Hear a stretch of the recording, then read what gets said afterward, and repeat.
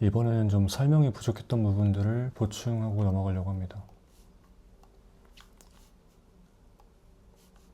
ARP 헤더랑 이더넷 헤더를 만들 때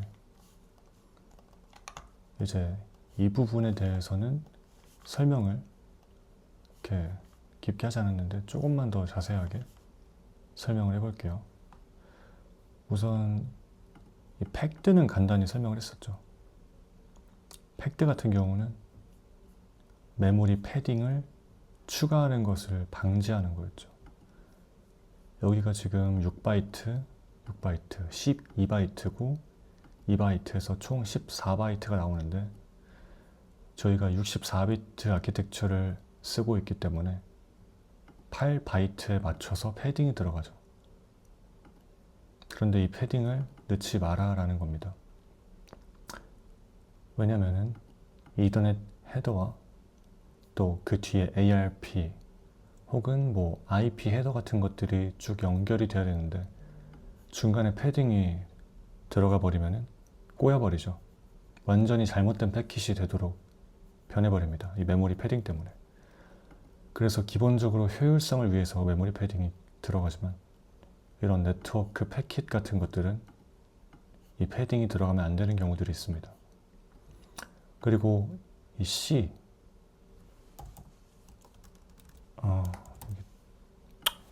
들어가지진 않네요.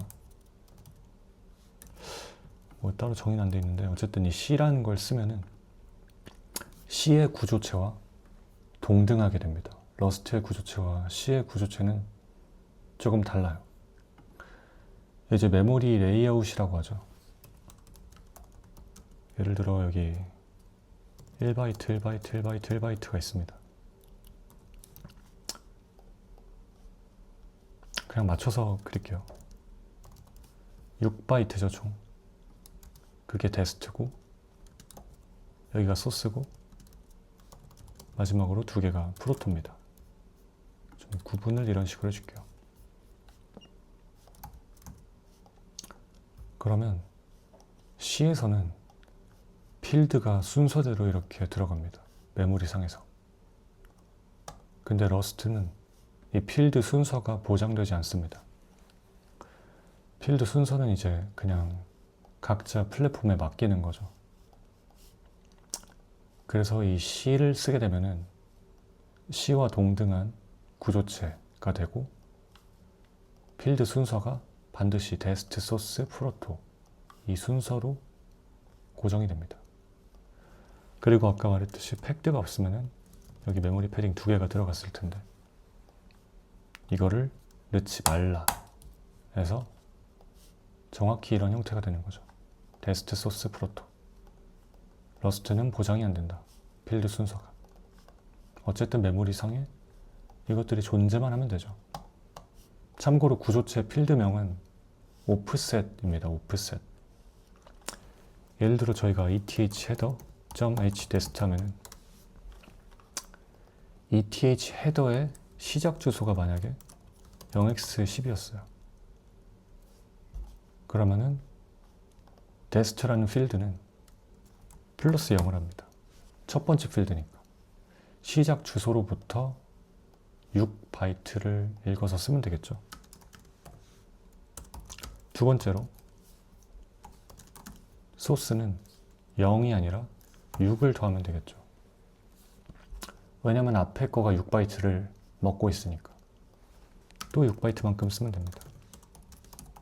마지막으로 프로토는 12바이트 추가해서 거기서부터 시작하면 되겠죠. 거기서부터 2바이트. 이런 식으로 구조체 필드들은 다 그냥 오프셋입니다. 시작 주소에 몇 바이트 더해서 거기서부터 타입에 따라 몇 바이트 읽어라. 그건 되게 기초적인 내용이지만 혹시 C나 러스트 같은 언어를 안 하고 그냥 파이썬 같은 것만 했으면은 이런 개념 자체가 생소할 수 있기 때문에 조금 더 자세하게 설명을 했습니다. 구조체, 필드명, offset. 제 시작 주소로부터 해당 필드가 몇 바이트 떨어져 있는지. 타입, 필드 타입. 값에서부터 몇 바이트 읽고 써야 하는지 이거죠.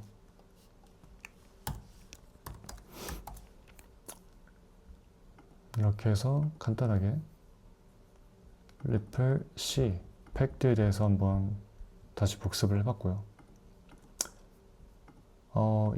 이게 중요한 이유를 한번 알아봅시다. 만약에 데스트랑 소스의 위치가 바뀐다면 어떻게 될지 클리어하고 다시 한번 명령어를 실행해 볼게요. 덤프하고 보내면 이제 반대로 나옵니다. 완전히 잘못돼 버렸죠. 그리고 ARP 리퀘스트가 와버려요. 찍히는 게. 왜냐면 저희가 리퀘스트를 저희한테 보냈으니까. ARP 리퀘스트가 이제 완전히 반대로 가는 거죠. 저희한테 오게 된 거죠. 저희로부터 가는 게 아니라. 그러니까 완전히 반대로 가게 됩니다. 그래서 이 부분을 조심해야 되고요. 항상 이 필드 순서를 잘 신경 써줘야 됩니다. 필드 순서나 바이트를 살짝 잘못 쓰는 것만으로, 여기를 예를 들어 4로 한다든가, 이런 작은 실수 하나만으로 이미 컴파일 에러부터 나버리죠. 여기는. 그래서 반드시 이 필드 순서를 C 스타일로 해줘가지고 절대 바뀌지 않도록 고정을 시킬 필요가 있습니다. 또 한 가지 보려고 했던 게 있는데 잘 갑자기 기억이 안 나네요.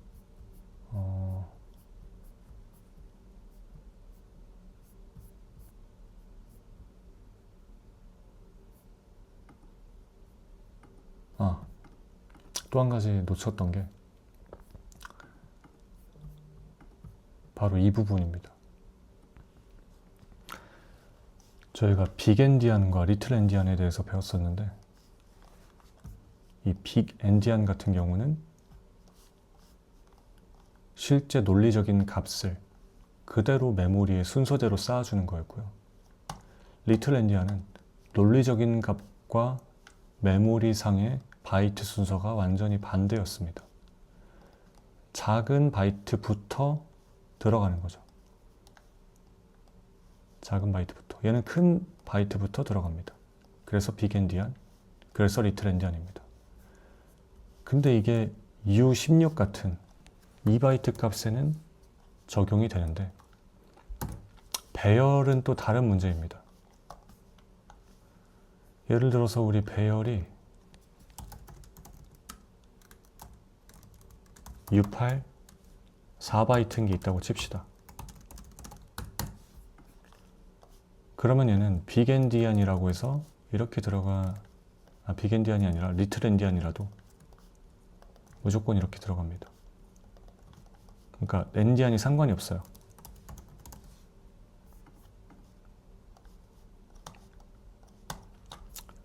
왜냐면은 항상 배열은 이 시작 주소로부터 몇 바이트 떨어져 있나, 이런 식으로 값을 가져오고 세팅하죠.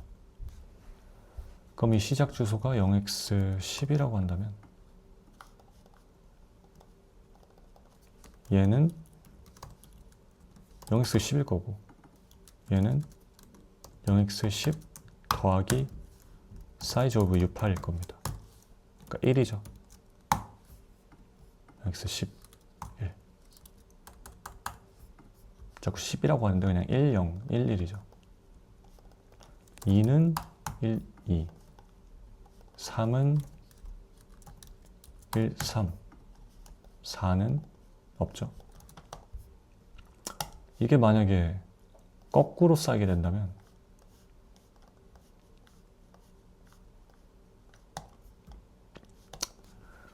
(0은) 0x10에서 1, 2, 3을 더해줘야 되죠.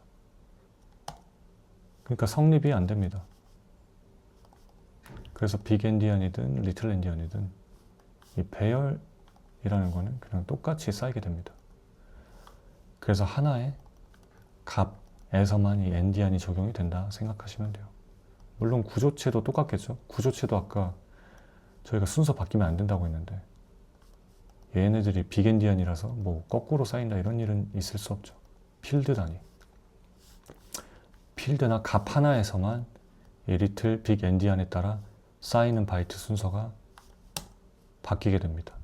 이 부분도 꼭 조심을 하면 좋을 것 같아요. 뭐 당연한 거지만 깊게 생각해 보지 않는다면 나중에 헷갈릴 수 있을 것 같아서 간단하게 정리를 해봤습니다.